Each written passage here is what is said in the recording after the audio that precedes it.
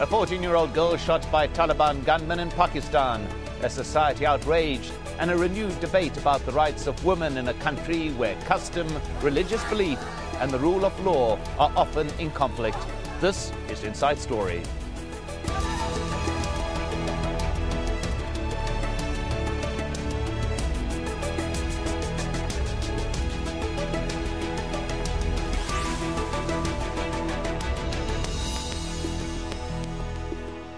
Hello and welcome to the program. I'm Mike Hanna. There's been intense public reaction in Pakistan to the shooting of a 14-year-old schoolgirl by Taliban gunmen. Malala Yousafzai was shot and seriously injured on her way home from school in the Swat Valley in the northwest of the country. Yousafzai had come to public attention at the age of 11 when she publicly criticized the Pakistan Taliban for its violent action against girls' schools in the area that it then controlled, and she became the first recipient of Pakistan's National Peace Award for Youth. Nicole Johnston has more. Across the Swat Valley, many people are outraged by the Taliban's attack on Malala Yousafzai. She was shot by gunmen as she travelled home from school in a van on Tuesday. Private schools closed for the day in protest. Students gathered to pray for her. Malala is like our sister. We pray for her earliest recovery and well-being. We also pray that other students can benefit from Malala's enlightened views. The terrorists fired bullets at her. To suppress her voice, but their attempt failed. We pray from the bottom of our hearts for her early recovery. The attack is front-page news in Pakistan. The Taliban has released this statement. If anyone thinks that Malala was targeted because of education, that's absolutely wrong, and propaganda from the media.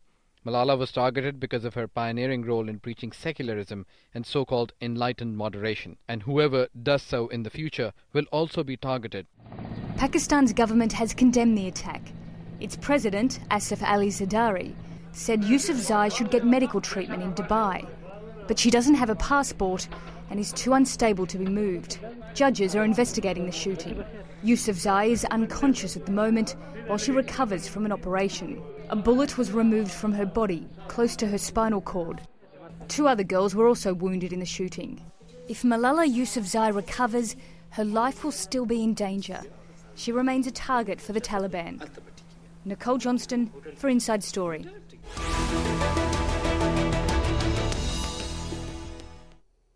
There have been many instances of clashes between tribal law, custom and a democratic constitution in Pakistan. But in claiming responsibility for this shooting, the Pakistani Taliban made clear the motive was rooted in a particular interpretation of Islamic law.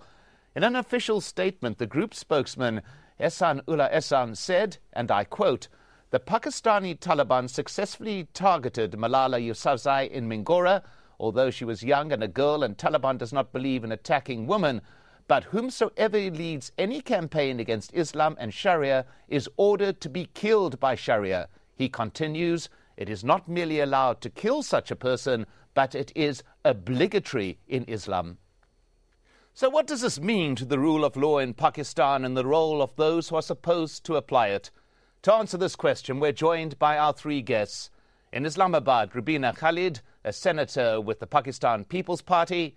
In Manchester, Amjad Malik. He's the chairman of the Association of Pakistani Lawyers, UK. He's also a member of the Supreme Court Bar Association of Pakistan. Also in Islamabad, Mariam Fatima Khan. She's the woman coordinator for Pakistan International Human Rights Organization. Welcome to you all. Let's begin with Mariam Fatima Khan. Your initial reaction to the shooting?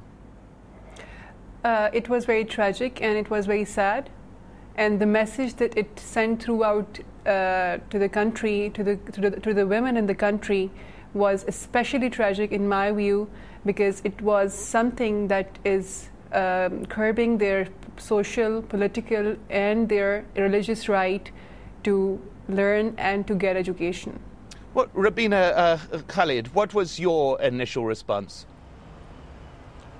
I was shocked, and I feel ashamed at the moment because we could not protect her, and because she was fighting a fight that should have been fought by us.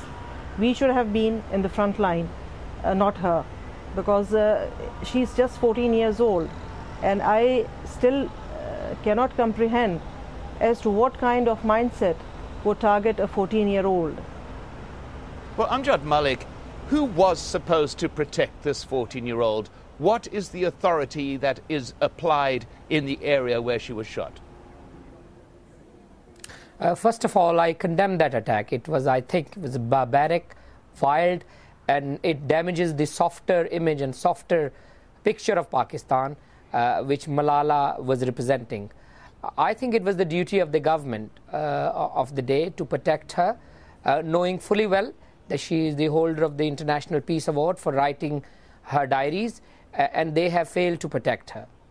Well, Rabina Khalid, that issue of the government failing to protect her, we are talking about an area that is in control of central government. It is not like one of the federally affiliated tribal areas, for example. Yes, I was in Peshawar in the morning, and I went to the hospital to meet the family. They were offered this protection, but they refused to take it. So in a way, you cannot really put all the blame on the government, and it is very easy for everybody to point their fingers at the government. Basically, it is a mindset that we are fighting. It is a mindset that has to be changed, and we will change it. We have to. It is high time that we should all get together and face this problem and own it as our own, instead of blaming it on different ways that it is coming from somewhere else, it's been imported from somewhere else. It is a problem that is Pakistan's own problem, and we should own it. Well, Mariam Fatima Khan, do you think it's fair to point fingers? Did the government have a responsibility for this 14-year-old and all the other people in Swat and other areas of the country that the government nominally controls?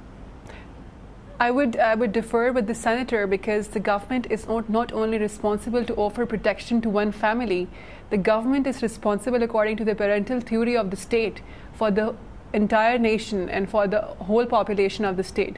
The government is supposed to put things in order at home. So I don't think that there should be a general peace prevalent in the whole country. It should not be for one family or for one particular individual or for one community. It should be for all the 14 years old, for all the teenagers, for all the college and university students, and the old and the young, all the people in the country.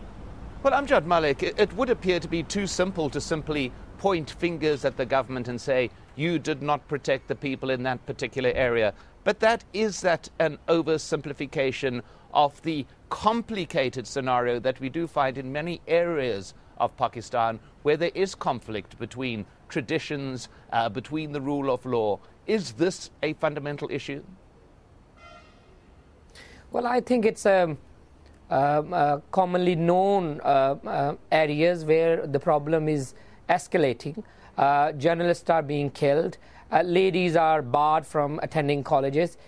It was government's own manifesto when they came in power that they will try to extend the writ of the government as well as the writ of the constitution, so as the courts to the areas which are governed by FCR regulation, which is quite old. I personally think it's been 4.5 years. They have failed to extend the government's writ in that areas, and due to not having the government's writ or the Supreme Court access to those areas, the problems are escalating, and militants regroup and try to intimidate by these kind of actions. And I think government should own responsibility, and there was only two ways by doing it. One is defeat the mindset, as one of the senators has said, and second is defeat it with actions, not by words. Well, Rabina Khalid, if you'd like to pick up on that, agreement with changing the mindset of these people, but also change it by action. Do you think enough has been done? You know, things are harder to do than to say just things. Sitting in Manchester, what I have concluded that this this gentleman is sitting in Manchester right now. So we here on ground, things are different. We are in guerrilla warfare. And a guerrilla warfare, everybody knows what it is. And it is very difficult to protect each and every citizen because we are in a war and we are not yet in a war. So you cannot, it is not conventional warfare where you have front lines and you have covering your the war zones, but it can happen anywhere, anytime. It is a difficult time for us. We also want to do everything that we are, and we are doing everything that we can do for it, but we have to fight a certain mindset. You know, the same mindset then when Salman Taseer was killed, the killer was made a hero, and then recently this Imran Khan's long march, whatever it was, into the South Waziristan in support of these people. He says that we should sit down and have a dialogue with them. You tell me whether you can have a dialogue with a person or with a mindset who thinks that shooting a 14-year-old in the head is okay. Can you talk to such a mindset? Well, Amjad Malik, your response to that, is it possible for any form of dialogue with those who commit these acts? Well, it was part of Rubina's party's policy. Their Prime Minister in the Parliament said 3D policy, dialogue, deterrent and development. So I don't know what qualms she has now. I personally think that they could have extended the writ of the government, the constitution and the courts to that areas. They could have de-radicalized that region by bringing in education, by bringing in more development, economic reforms, and reforming the political agent system. They have let the militants take over, let the militants wipe out all the existing system which was in place in those regions, the 7 districts and the bordering area 6 districts. If these top heroes of Pakistan who are representing the softer image, representing the gender equality, education, and some sort of stability, if they can't protect them, then you can't passport and send them abroad for their safety. You'll have to run a country, and countries run by policies and some actions which tells that the policies which were given in manifesto are being implemented. I personally think the government didn't do much on that policy which they set when they went into election, that they will bring FATA in the mainstream fold of Pakistani constitution. In all fairness, one must point out that the government of the time did wage a massive campaign in Swat, did drive Pakistan Taliban out of many of the areas, and did re-establish a form of control. But Mariam Fatima Khan, the issue that we are here about changing mindsets of people, about creating a scenario in which people do not become targets for reasons for what a person will decide is the law in a particular area, even though it's religiously based. Is it possible to change minds, do you believe? I would believe that this is very important, and this is the high time that we change the mindsets and we clarify ourselves as peaceful and peace-loving people. I would like to draw your attention and the international community's attention to the fact that we Muslims, we are by nature peaceful people. We should be peaceful. We should promote education. And this was the message of the Holy Prophet, peace be upon him, to promote education, and we should not stick to the orthodox ideas. Whosoever is propagating them, whosoever is killing in the name of Islam, they should understand that Sayyidina Umar Farooq was sent as a teacher to the house of Ansar ladies to educate them. And this is the highest and loftiest example in the history of Islamic, in the Islamic history, to make people realize that we Muslims as a nation should stand for education. We should do everything that promotes education, and for that our governments are responsible.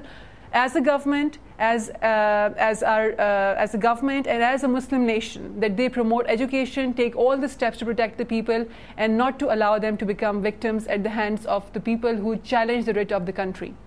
Amjad Malik, is it fair to say that the government is struggling with a situation here where you do have custom, you do have traditions, you do have a certain way of life in particular areas, which some, for religious reasons, may act on using religion as a stated motive, which we do have in this particular case. But how is it possible to separate out this religious motivation with what is accepted custom and tradition in certain places?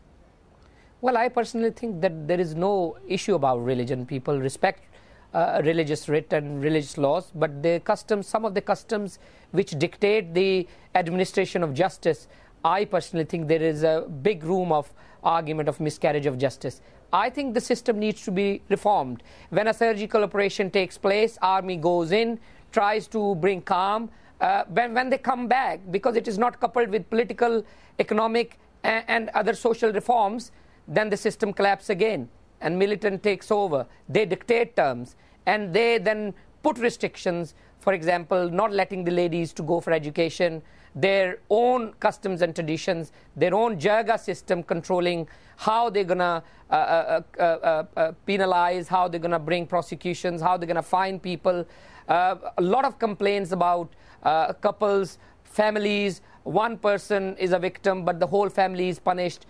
Children are punished, and fines, heavy fines are imposed, and without involvement of any court, only by jirga. I personally think customs should be respected, but they should be brought into the mainstream framework. Political parties should be allowed to go in, canvass, in order to change that mindset, and also the writ of the government, so that people can complain, and there should be some sort of justice system so that people can go in the Supreme Court. If Supreme Court can take notice in Balochistan, Karachi, and everywhere, why not FATA? Why not these areas where there is still an issue of radicalization, still an issue of militancy, and why Malala Yousafzai was given an impression that she's safe, and why was she not kept aloof from these militants? I personally think people like Malala, late Arfa Karim, or Aline Moin Nawazish, these are the future leaders of Pakistan, and they should be saved. That's why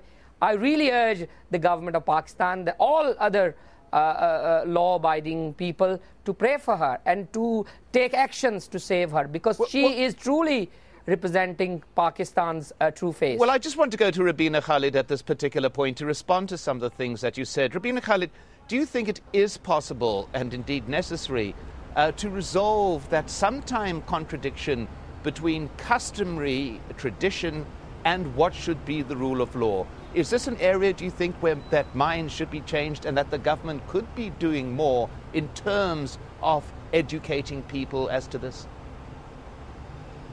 Our customary laws have some flaws in them, but this incident had nothing to do with our traditions and customary laws, because this was the work of a certain mindset. It had got nothing to with our cultural values or our Pushtun code of conduct, because the Pushtun code of conduct, as you know, I belong to the region, it very clearly states that in times of war, the women and children are not to be touched.